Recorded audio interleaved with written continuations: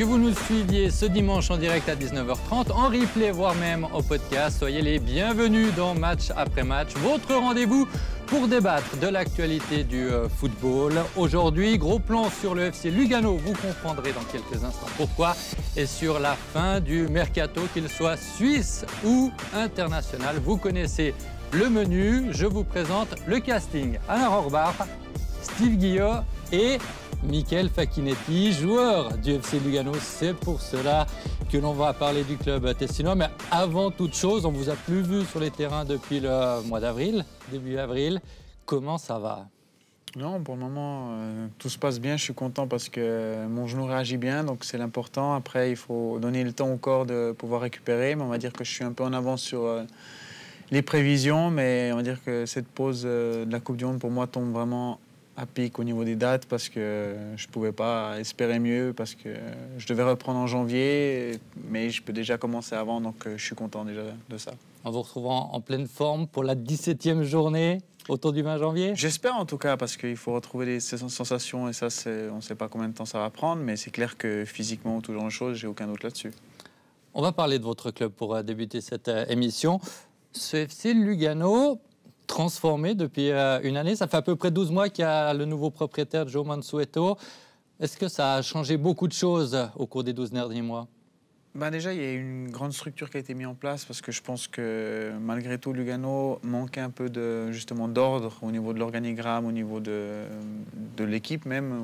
Je dirais plus au niveau pas de l'effectif à proprement dit, je dirais plus au niveau de la structure qui entourait le club et les joueurs, mais je pense qu'aujourd'hui ils ont fait un grand travail. Ça fait un bon moment qu'ils sont là, mais c'est des gens qui connaissent aussi le football, c'est pas des gens qui viennent de nulle part, aussi c'est des gens qui connaissent le pays.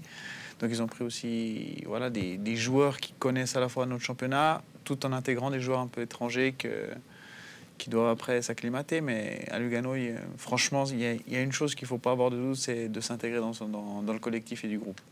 Alain, Steve, vous qui suivez, au contraire de Michael, de l'extérieur, l'évolution de ce FC Lugano, est-ce que vous avez noté, Steve, peut-être d'abord un changement depuis 12 mois? On a l'impression que le club se professionnalise. C'est un petit peu ce qu'on comprend dans les propos de M. Facchinetti. Et surtout, il y a des projets. Il y a les projets d'un nouveau stade.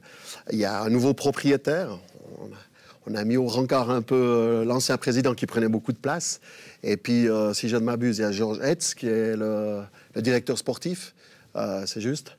Alors lui, c'est celui qui chapeaute tout depuis Chicago. Et il y a aussi Carlos da Silva qui est... Voilà, donc... Ils sont trois à tout gérer Mais on se rappelle du bon travail qu'il avait fait à Bâle en tant que directeur sportif. Et puis on sent qu'il y a quand même une nouvelle dynamique. Alors, d'abord, il y a une fin d'histoire. Hein. Il y a des joueurs importants, un petit peu historiques. Maric qui est parti, Custodio, Lavanchi, Lovric qui est un très bon joueur. Donc, on a l'impression qu'il y a une fin de cycle, mais il y a un nouveau cycle. Et pour moi, l'arrivée de Stephen symbolise quand même, un international à Lugano, symbolise quand même le début de ce nouveau cycle. Moi, j'ai pas envie de m'arrêter sur ce qu'on voit aujourd'hui. J'ai envie d'ouvrir le spectre un peu plus loin. Moi, je pense que des fois, le 100% latin, comme le disait Michael, ça manque pas de sérieux, mais voilà, l'aspect suisse-allemand et le mélange avec les nouveaux propriétaires, en tout cas la langue qu'ils apportent avec ce grain de folie qu'on peut vivre en Suisse romande, ou on Tessa, hein, c'est un peu nos frères de cœur, ça peut faire des étincelles. Il faut savoir que Lugano vibre pas uniquement pour la Dolce Vita, ils ont des équipes de haut niveau quasiment dans toutes les meilleures ligues sportives de ce pays. Alors, ils n'ont plus eu beaucoup de titres, à part la Coupe de Suisse. Et on a vu que les Tessinois savaient se mobiliser. En hockey sur glace, ça fait quoi, 15-16 ans qu'ils cherchent un club. Et je pense que si le FC Lugano continue de performer, un peu plus que le hockey, il y aura un engouement qui va se dessiner là derrière. Le projet du nouveau stade est déjà un signe très, très, très positif envoyé. Et puis au niveau du recrutement, comme l'a dit Steve, c'est vrai qu'il y a quelques joueurs cadres qui sont partis. On s'attendait peut-être quand même à plus de difficultés, mais il y a des valeurs qui sont en place avec Croci Torti. Et comme le dit Mika, on vient à Lugano, on sait pourquoi on vient et quel rôle on va y jouer. Et ça... c'est gage. Et je terminerai en disant qu'ici en Suisse romande, on a quand même toujours tendance à sous-évaluer les performances Lugano. Ils sont remontés ça fait la 8e saison qu'ils sont de retour au plus haut niveau. Donc 7 exercices bouclés, à 5 reprises, ils ont fini 5e ou mieux. Donc c'est quand même un des clubs qui finalement fait partie, en tout cas facilement, de la première moitié du classement dans notre championnat. Vous ressentez un petit peu ce côté sous-estimé? Est-ce que, je ne veux pas dire vous en souffrez, mais est-ce que ça vous touche qu'on ne voit pas les performances réelles de Lugano? Pas du tout, tant mieux pour nous, parce que comme ça peut-être les adversaires nous prennent un petit peu à la légère. Je pense que nous, on est conscients de nos qualités, on est conscients aussi du groupe et du potentiel qu'il y a. Après, il faut prendre match après match et puis il faut voir comment les... Début de saison, c'est toujours un peu délicat, surtout quand il y a des changements autant grands qui ont été faits cette année, parce que c'est vrai qu'il y a, comme l'a mentionné Steve avant, il y a quand même des joueurs cadres, comme fin d'un cycle ou comme ça, mais qui sont partis, donc il faut les changer, il faut aussi adapter un nouveau système ou alors aussi intégrer les joueurs qui ne connaissent pas forcément le championnat ou le club, mais je pense que ça se passe relativement bien et assez rapidement. C'était vécu comme une fin de cycle, la transition entre les 2 saisons à l'interne ou... Non, pas du tout. Enfin, sincèrement, on sait que dans chaque club, quand on arrive à une période de mercato, il y a des arrivées et des départs. Et voilà, c'est la loi en fait et la règle qu'il y a pour tout footballeur, que par moment on est là et puis que tous les 6 mois on sait qu'on risque de partir. Donc voilà, mais dans le groupe, je dirais, il n'y a pas vraiment eu cette sensation-là. Du moins, ceux qui sont là depuis plus longtemps, on essaye de maximum de pas trop penser à ça et surtout de bien intégrer les nouveaux qui arrivent pour garder cette unité qui a toujours fait la force du club. Steve, Lugano va devenir encore meilleur que ce qu'il a déjà été au cours des dernières saisons? Moi, je rejoins Alain, il était déjà bon.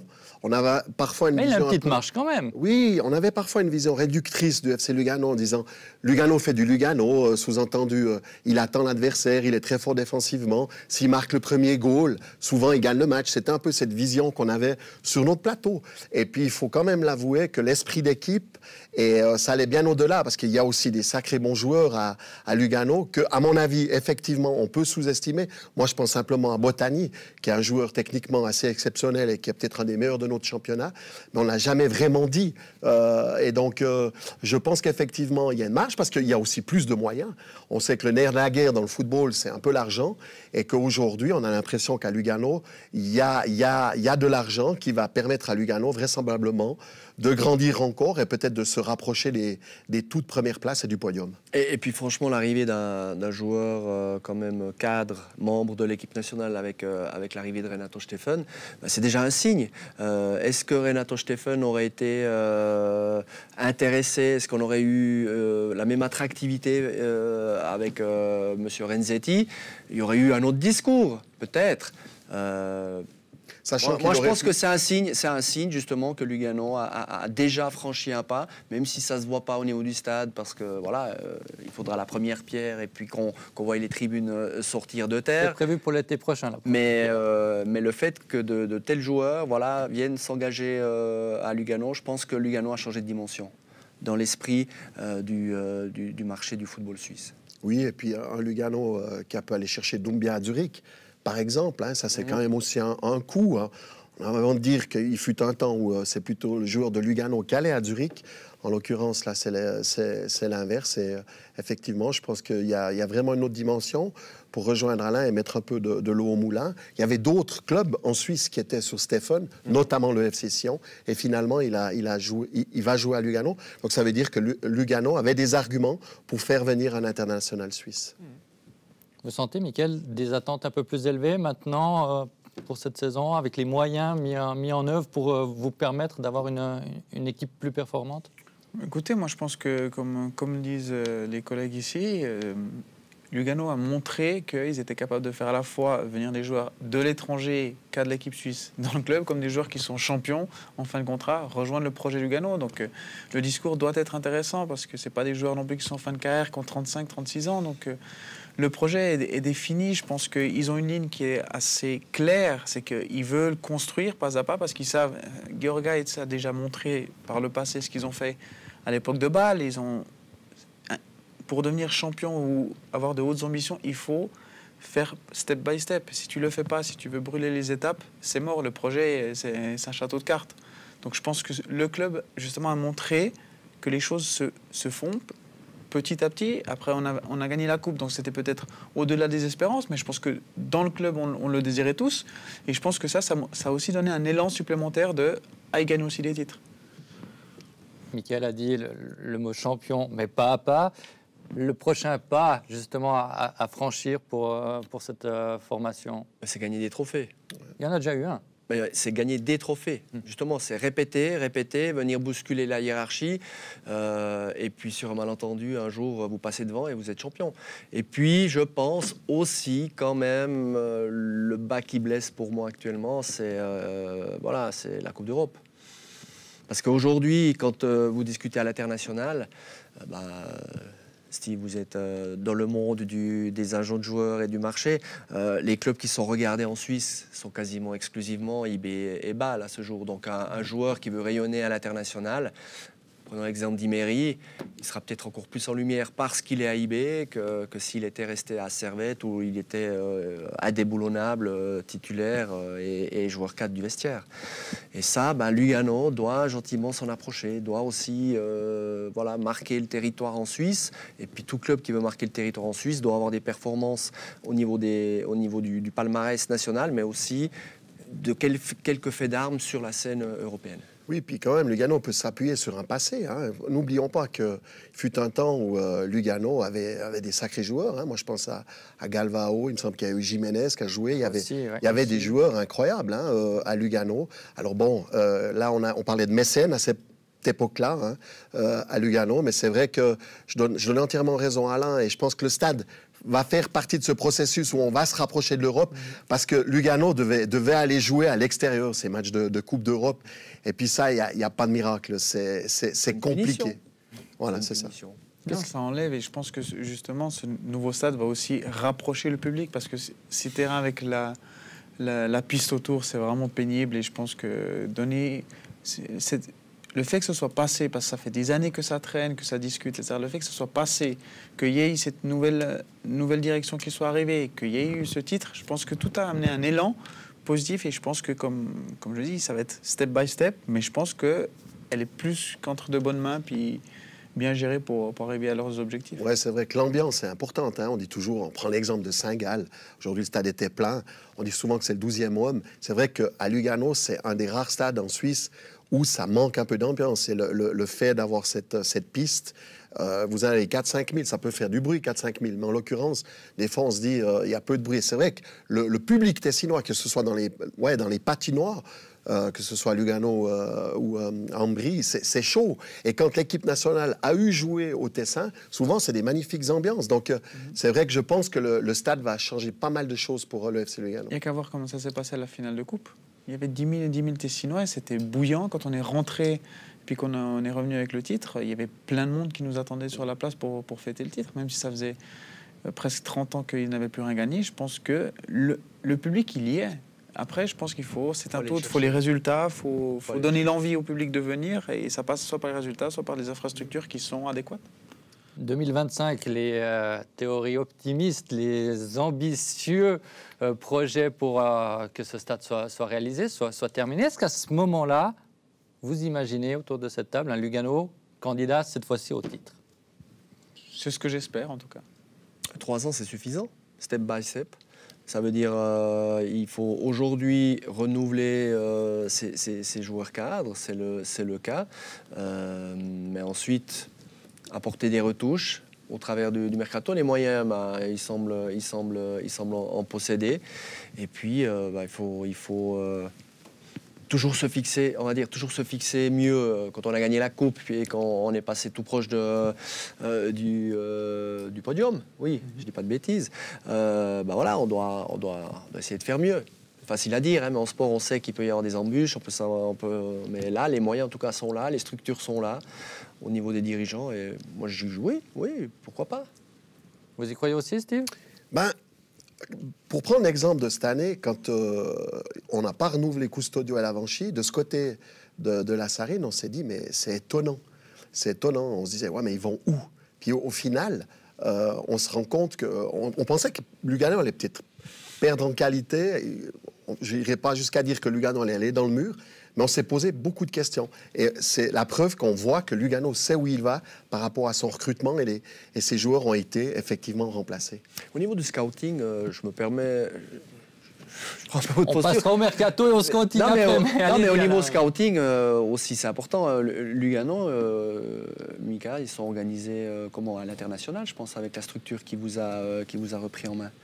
Alors, on peut nous en dire un peu là-dessus Ouais, ils sont 3 à gérer. Il y a Carlos da Silva qui est principalement sur Lugano. Il y a aussi M. Pelzer qui est entre Chicago et Lugano. Et il y a principalement Heitz qui chapeaute le tout, qui est basé principalement à Chicago. Et là, ils ont aussi d'autres moyens, d'autres structures. Et je pense que c'est un mercato qui est effectué pour les 2 équipes. Parce que c'est aussi la clé. C'était pour répondre à votre question. Parce qu'on a vu que Bâle, le jour où ils ont laissé tomber leur scouting, ils ont perdu de leur splendeur. Et si vous voulez monter vraiment votre puzzle, vous êtes obligé d'avoir une cellule de recrutement adéquate et qui répond aux attentes des objectifs que vous fixez. Sinon, vous n'y arrivez pas sur le plan sportif. Et les cellules de recrutement travaillent toute l'année, mais ont dû fournir un certain nombre de noms aux dirigeants, aux responsables, directeurs sportifs des clubs jusqu'à mercredi dernier en Suisse.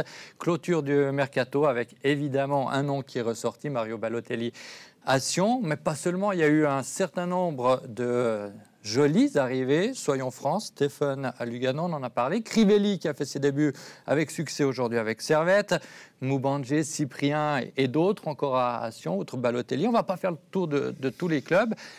Mais moi, j'étais assez impressionné par ce mercato et par les choix qui ont été faits. Mais lequel sera le plus payant, aura le plus d'impact sur son équipe, sur la nouvelle équipe d'un joueur, Alain? Le football, c'est un sport collectif, donc c'est difficile à dire, mais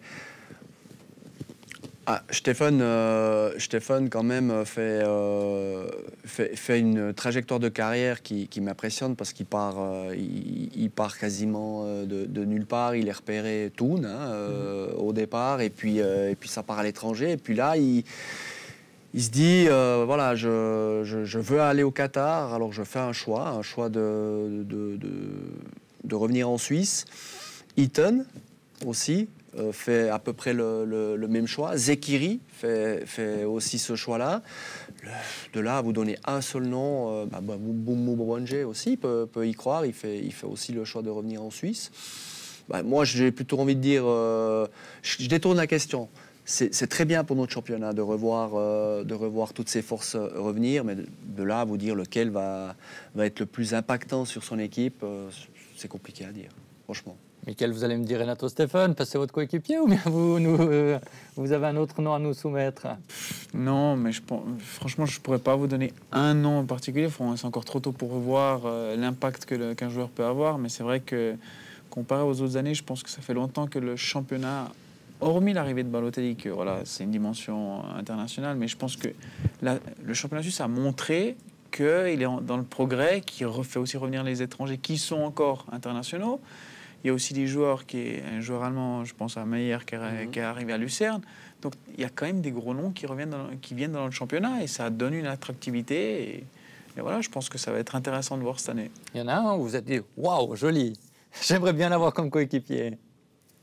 Non, moi je suis très content que par exemple Stéphane est arrivé chez nous parce que c'est un joueur qui connaît le championnat, qui a une très bonne mentalité et qui a aussi ce côté un peu suisse-allemand qui va donner une structure et à la fois c'est tenace et aussi ses qualités un peu de fantaisiste d'un point de vue offensif. Mais après il y a Balotelli, il faut voir s'il s'intègre très bien au championnat. Mais bon, il y a aussi Cyprien qui est arrivé, il faut qu'il se remette de sa blessure. Mais comme vous voyez, il y a Cyprien et Balotelli qui ont déjà joué à Nice, qui ont fait dans le championnat de France, ils ont été plus que valables et intéressants. Donc ouais, il va falloir voir comment ça va se passer, parce que quand vous prenez beaucoup de joueurs ou bien quand il y a beaucoup d'arrivées, il faut voir comment les intégrer et puis comment ils s'adaptent au championnat, parce qu'il y a beaucoup de gens qui sous-évaluent le championnat suisse. Donc on va voir. Steve? Moi, j'ai surtout envie de mettre les clubs romans et leur réussite, quoi. À Sion, on a parlé de Balotelli, Cyprien. le transfert de Moumandje a presque passé inaperçu parce que bien sûr qu'il a été fait quasiment en même temps que Balotelli, mais on a quand même un super joueur qui vient dans notre championnat. Pour moi, le FC Sion a vraiment bien réussi ses transferts. Servette avec les dernières Restauration, c'est le meilleur mercato de tous les clubs suisses? Est-ce que vous voyez meilleur? Ouais, alors c'est à la fin de la saison qu'on peut le dire, mais et puis il y a, comme l'a dit Michael, il y a quand même l'interrogation Balotelli, mais en tout cas. Là, c'est sexy, hein, et ça fait parler. En tout cas, il faut y rajouter Lavanchi, il faut y rajouter Lindner. Ouais, et donc, puis voilà, exactement. C'est un mercato très Non, c'est un mercato qui est magnifique, il faut le dire. En termes de marketing, c'est le plus réussi. On n'en a jamais parlé autant en Suisse et voir à l'international. Le marketing, ça ne fait pas des points. Hein. Non, ça ne fait pas des points, mais c'est ce que je disais tout à l'heure. C'est à la fin de la saison qu'on pourra dire si c'est une vraie réussite. Et puis, honnêtement, Servette, Crivelli et Kuteza, 2 joueurs à vocation offensive, on a toujours, enfin moi personnellement, j'ai fait le reproche souvent aux dirigeants servétiens de ne pas aller chercher des joueurs à vocation offensive, particulièrement un attaquant. En tout cas, bon, alors c'est un petit lucerne aujourd'hui, mais Crivelli a montré certaines choses intéressantes. En plus, on a l'impression que les 2 joueurs se sont déjà bien compris, s'entendent bien, donc ça pourrait donner quelque chose de sympa. Et j'ajouterais un joueur roman que, pour moi, Amdouni à Bâle, ça peut matcher. Ça peut matcher. Pour l'instant, je le trouve encore un petit peu trop éloigné du but. Mais je pense qu'il va empiler les goals. Moi, je suis sûr qu'à la fin de la saison, il va c'est compliqué parce que pour avoir vu Bâle de près hier, dans le système privilégié actuellement par Alex Frey, c'est Choloy ou Zekiri devant, et puis Amdouni doit jouer les électrons derrière. Il fait des marathons. Et puis c'est compliqué. D'ailleurs, il a été le moins bien noté, il est sorti à la mi-temps parce que je crois qu'il a touché 4-5 ballons. Et en plus, il a manqué de réussite. Mais Bâle, c'est peut-être l'exemple qui me surprend le plus.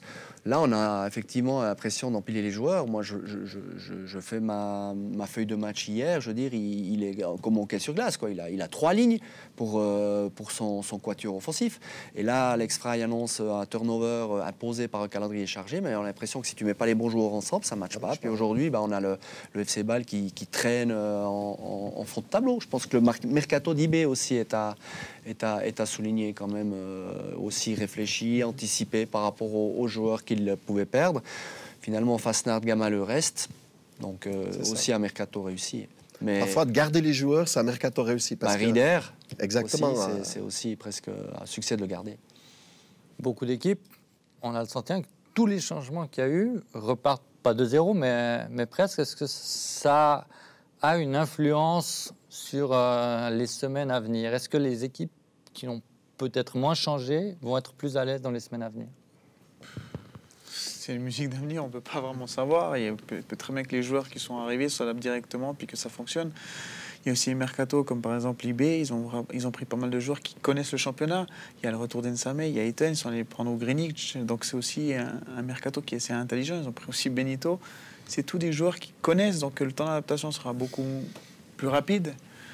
On va dire que, je ne sais pas, Sion, ils ont pris aussi des joueurs qui se connaissent, mais qui est aussi un mercato, hormis qu'il soit clinquant, il est aussi intelligent, passe à des postes clés, et c'est des joueurs qui sont confirmés dès qu'ils connaissent notre championnat, et des autres qui ont une qualité qu'on ne peut pas les dénier. Et c'est une saison particulière, Nicolas. Ça veut dire qu'il y a eu la journée de championnat de ce week-end, il y a la 8e journée, puis après on a un match de coupe. Puis après, on a une pause internationale. Ça veut dire que, quelque part, les joueurs qui sont arrivés, les Cyprian et Moumandje, si je prends ces 2 exemples qui me viennent en tête, dans votre esprit, vous les préparez pour le 2 octobre, pour la journée numéro 9. Et là, on aura un condensé de 6 journées, je crois, parce qu'on va disputer 14 journées avant la pause internationale liée... 16 même. 16, ouais, voilà, 2 de moins, voilà, ouais. 16. Et du coup, vous n'allez pas précipiter l'arrivée de ces joueurs. Donc, en fait, le fait qu'on ait cette journée de Coupe de Suisse et puis la Ligue des Nations, enfin les pauses internationales derrière, ça permet au club de mettre tout le monde à niveau, parce que là, on voit, Stéphanie marque, mais on voit que les automatismes, et c'est logique, même si les joueurs se connaissent, se sont côtoyés, on ne peut pas débarquer dans un vestiaire et puis que tout soit huilé après 3 entraînements et demi, quoi. Mais moi, à part Winterthur, qui a fait avec ses moyens, et puis Zurich, qui en plus, en perdant Gnonto sur la dernière heure du mercato, pour moi, toutes les autres équipes ont fait des bonnes emplettes.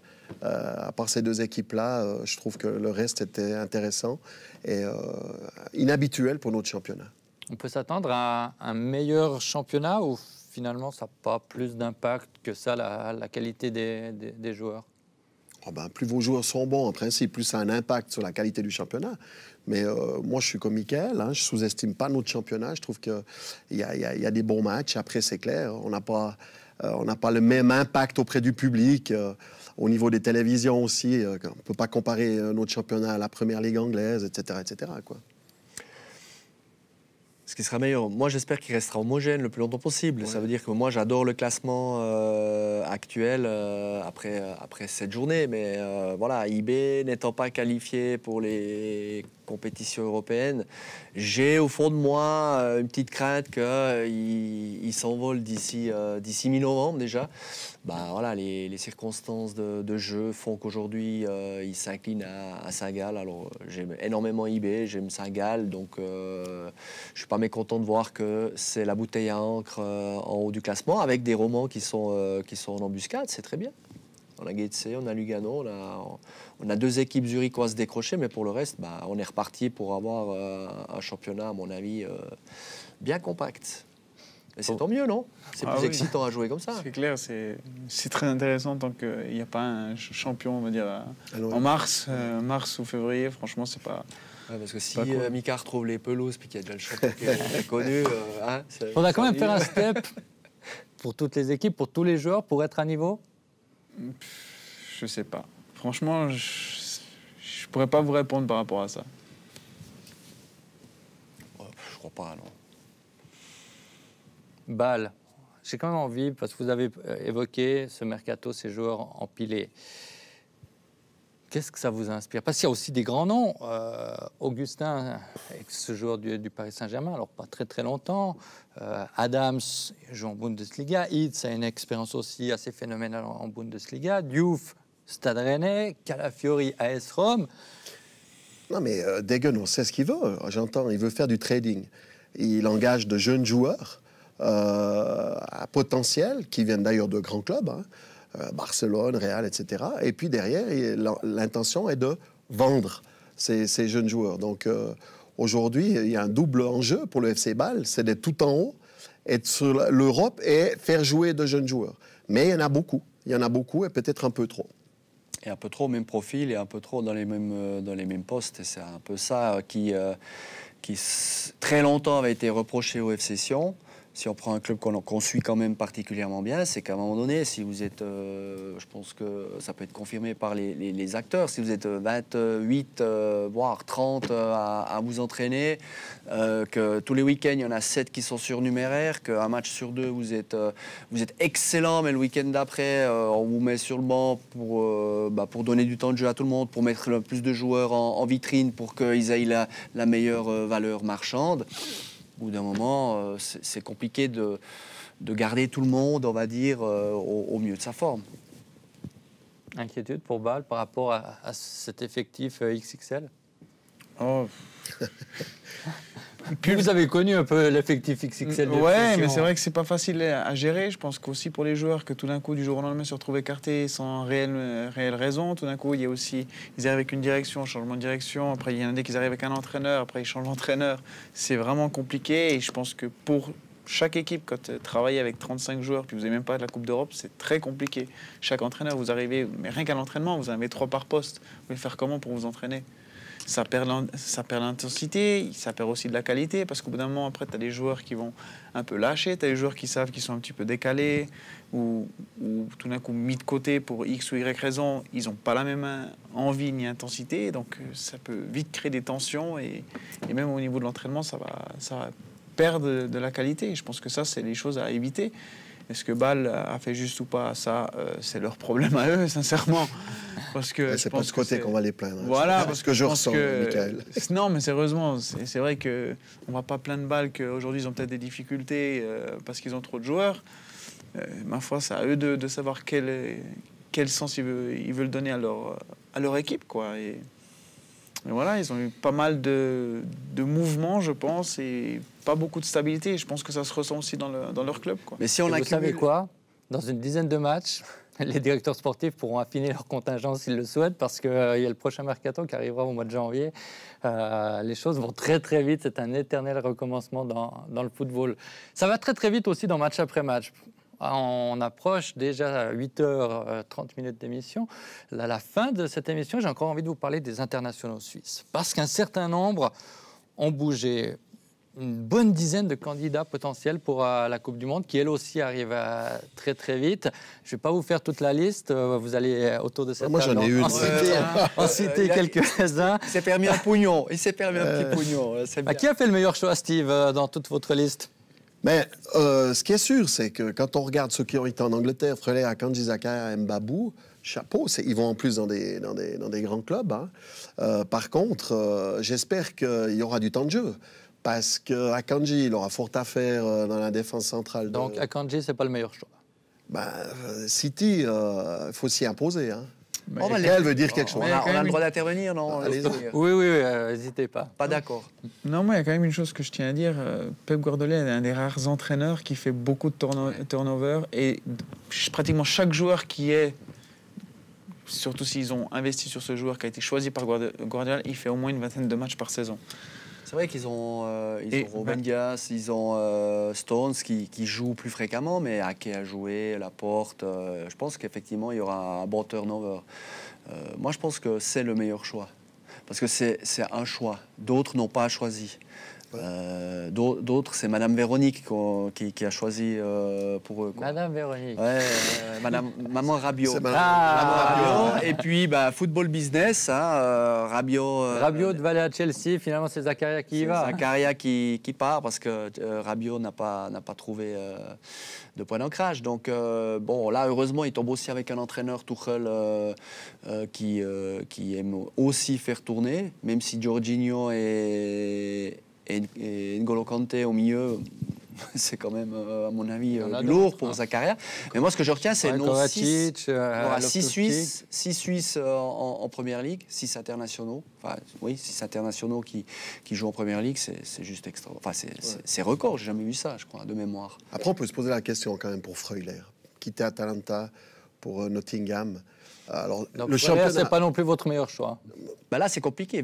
21 ou 22 transferts durant cette période de mercato. Donc là, on reconstruit tout à nouveau. Il n'y a pas trop de certitude. Alors, tu vas dans un meilleur championnat, mais alors je suis pas sûr que ce soit la bonne équipe, quoi, par contre. Non, mais peut-être que lui avait besoin d'un changement, tout simplement. Ça faisait il a fait quoi, 6-7 ans, en tout cas, à l'Atalanta. Il est devenu capitaine, un des cadres. Peut-être qu'il avait envie de sortir de ce confort et... C'est ça. La Première Ligue est le meilleur championnat au monde, ça, il n'y a aucun doute. Donc peut-être qu'il avait besoin de ça pour voir quelque chose d'autre et un nouvel élan. Donc Nico, vous avez bien fait de me donner la parole en premier. Il a avancé des trucs, il me tombe dessus, il n'y a pas de problème. Et j'ai toujours pas votre meilleur choix, Steve. Alors le meilleur choix peut-être Yvan même Vogo. Parce qu'il vient de nulle part et là, il joue, il a été nommé 2 fois dans le 11 du week-end. Attends, il n'est pas d'accord. Non.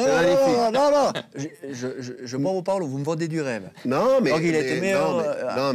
alors... Chez les Merlus. Oui, alors c'est peut-être pas le plus grand club. C'est Lorient. Mais j'entends, il était souvent remplaçant. Non, il joue. Maintenant, il joue, quoi. Donc, moi, je trouve que pour lui, c'est un vrai bol d'oxygène. Ça va amener quoi à l'équipe nationale? Un bon numéro 2. Parce que numéro le choix d'Yann Sommer de rester à Mönchengladbach, pour moi, est plus important. Parce que là, il joue, là, il continue de performer. On l'a vu nouveau performer contre le Bayern, un match incroyable. Mbolo, choix intéressant aussi, changer de culture, changer de championnat. Est-ce qu'il va enfin pouvoir prendre plus de responsabilités qui pourrait un peu le bonifier, parce que Mbolo, c'est aussi un de ces talents qu'on aime bien détester quand on regarde l'équipe de Suisse, parce qu'il perd des ballons, mais on s'arrache les cheveux. Non, mauvaise formulation de ma part, mais on s'énerve derrière notre téléviseur parce qu'il a un talent c'est baigné des Folland, incroyable. Encore une fois, il y a la concurrence. Il a joué l'autre jour à la place de Folland, mais... Qui s'est blessé. Par contre, Seferovic à Galatasaray, j'ai regardé son début de championnat, alors il joue. C'est bien, mais pour l'instant, au niveau confiance, on va dire, c'est pas encore ça. Donc, j'attendendrai aussi pour juger. Non, mais s'il ne marche pas avec le club, mais avec l'équipe suisse, c'est parfait. Un bon choix. Ouais. Et quel choix vous plaît parmi les internationaux suisses qui ont bougé, voire pas bougé? Non, moi je pense qu'il y a deux choses qui ont été... Je pense qu'Akanji s'est retrouvé dans une impasse à un moment donné à Dortmund, et je pense que c'est un risque, mais il va dans un club qui est très grand, mais à la fois tu sais que tu vas avec un entraîneur qui fait un turnover, et le choix, comme a dit avant Alain, de Sommer qui reste alors qu'il avait quand même une offre de Manchester United, et lui il est resté, et puis il a fait le choix de la continuité. Et on voit que ça ne l'a pas du tout déstabilisé parce qu'au vu des performances qu'il a fait, il n'y a rien à dire. Donc je pense que certains ont fait des choix risqués, mais je pense que c'est... La majeure partie des joueurs qui ont bougé des internationaux étaient tous faits de manière assez réfléchie. Mais si on fait le tour de nos cadres, on est encore loin de la Coupe du Monde, mais moi aussi de voir Granit Xhaka qui retrouve et toute l'équipe d'Arsenal, mais avec un positionnement quand même nettement plus en vue de Xhaka, plutôt que de boucher les couloirs comme il devait le faire par le passé, c'est super positif aussi pour Murat Yakin et l'équipe de Suisse. Sinon, on revient à Kanji parce que c'est le nom, vu le club où il est allé, qui a beaucoup fait parler. Est-ce qu'il va progresser en côtoyant ces grands joueurs, en côtoyant aussi celui que beaucoup considèrent comme le meilleur entraîneur du monde? Je pense que tout joueur, il va apprendre quelque chose. Ça, il n'y a aucun doute. Surtout, tu vas dans un autre championnat, une autre culture, et tu vas avec un très grand entraîneur. Donc moi, j'ai aucun doute que, d'une manière ou d'une autre, on apprend toujours d'un nouveau choix, d'une nouvelle étape. Puis à l'entraînement, tu défends sur Hollande, sur De Bruyne, sur Bernardo Silva, sur Foden. Tu côtoies des gens comme Ruben Dias, Stones, qui sont tous aussi des internationaux. Tu côtoies avec des internationaux, en fait. Donc, moi, à mon avis, j'ai pas vécu ça, mais tu peux que progresser. Et avec un des tout meilleurs, voire le meilleur entraîneur du monde. Ça peut être non, mais moi, je laisse la parole aux joueurs, parce que qui de mieux qu'un joueur peut dire s'il progresse avec un entraîneur? J'ai eu l'occasion de discuter avec des joueurs comme Lucien Favre, comme entraîneur, ils disent qu'ils progressent.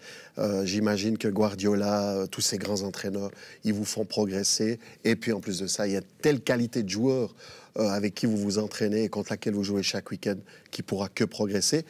Pour autant qu'il joue quand même un peu. Non, ça c'est sûr.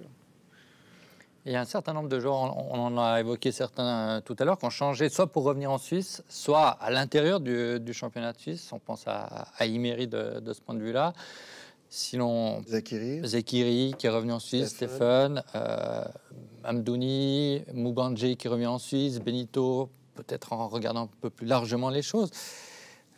Eaton, évidemment aussi. Est-ce qu'ils ont tous une bonne idée avec leur choix? Si on prend Stephen, il ne jouait plus. Tout simplement, il ne jouait plus. Et je pense que c'était le dernier moment, avoir du temps de jeu à Lugano pour faire partie des 22-23 qui iront au Qatar. 26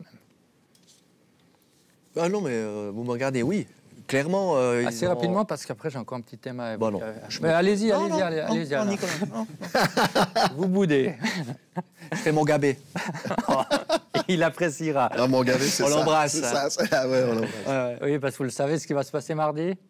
Oui, je crois qu'il y a une petite compétition européenne qui reprend de plus belle, non? La Ligue des Champions, effectivement, début de la phase de groupe. Avec des grands noms, des grands clubs, Hollande, Benzema, Manchester City, PSG, et je ne vais jamais réussir à m'arrêter. Messi, mais pas Ronaldo, tiens. Messieurs, quelle équipe, quel joueur, au cours des prochains mois en Ligue des Champions, vous ne voulez absolument, mais absolument ne pas rater? Moi, j'aimerais bien... Je suis très curieux de voir le Barça. Bon, moi, je suis fan du Barça depuis des années, mais ils ont eu 2 années un peu compliquées. Et là, ils ont fait un mercato qui est intéressant. Ils ont fait des montages financiers comme pas possible pour arriver et puis ensuite libérer des salaires à la fin. Donc, il y a eu beaucoup de choses qui se sont passées, on va dire.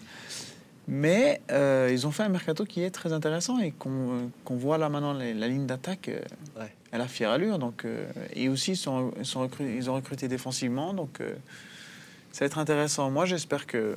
En tant que fan du club, j'espère que tout va bien se passer puis qu'ils peuvent créer une petite surprise parce que c'est vrai que sur les 2 dernières années, on se disait, ouais, de toute façon, c'est bon. Il y a eu un peu de pain noir. Hein. Ouais. Bon, les premières sorties en championnat, entre la première journée et ce qu'on a vu à Séville ce week-end, c'est une équipe qui progresse à une vitesse incroyable. Donc moi, je mettrais volontiers une pièce sur un retour au premier plan du Barça, mais On aime ou on n'aime pas, mais moi j'aimerais quand même une fois que City aille au bout. Moi, c'est les buteurs. Alors Lewandowski et Van Dijk, puis Hollande, parce que ça va être une machine. Vu le départ de ça va être une machine de guerre. Non, mais ça va être impressionnant ce joueur, je pense, cette saison. Ouais. Et puis, on dit toujours que Guardiola ne sait pas jouer avec un vrai centre avant. Et là, je pense qu'on en a vraiment un vrai. D'ailleurs, c'est assez particulier hein, comme il joue. Il est vraiment dans les 16 mètres. Il fait beaucoup moins de courses qu'il faisait par le passé notamment. Et moi, j'aimerais voir un club italien aller un peu plus loin cette année. Et je miserais volontiers sur le Milan AC. C'est mon avis. Retour en grâce du Milan AC. Ouais, mais ça, c'est mes côtés nostalgiques de l'époque de Sacchi avec Van Basten, Gullit, Rijkaard, qu'on a vécu à nos plus belles années. C'est vieux, ça. Ouais, ça remonte. Ouais. Mais non, Milan me semble bien, mais c'est mon avis. Les premières réponses, mardi soir, mercredi et toutes les semaines qui Moi, je serai à la Tuyère, qui vont suivre. Vous supportez l'équipe suisse féminine. Qui joue son dernier match 18h30. de qualification. Et à 21h, vous pourrez voir les matchs, les 6 matchs qui se dérouleront. Ils seront tous, encore une fois, cette saison et on s'en réjouit sur nos antennes. Merci, Michael Facchinetti, d'avoir pris le temps de nous rendre visite pour participer à cette émission. En janvier, sur les terrains, on aura encore plus de plaisir à vous y retrouver. Alain Rohrbach, Steve Guillot également, merci beaucoup, merci. Et surtout, à vous qui nous êtes fidèles. Bonne semaine européenne en notre compagnie et à très vite pour un nouveau match après match. Rendez-vous 19h30 le dimanche soir pour être en direct avec nous. À bientôt.